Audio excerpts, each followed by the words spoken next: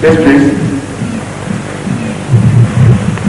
It's not a question, it's just a humble request of your servant that if we could have the privilege to know about your short biography in one of these most sacred meetings. My biography? Yes, please.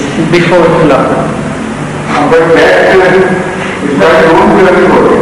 Because there is not much written really, and many of us, especially the young others to write, I don't know when. But the fact is that I have also been right from my childhood involved in various institutions of the jihad. Parliament India, Global India, then Caliph, then School of Community.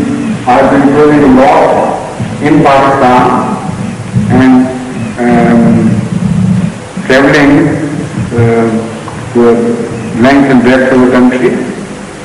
So my life is quite an open life and everybody knows.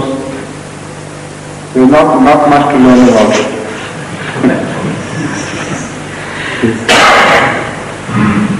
Yes? Assalamu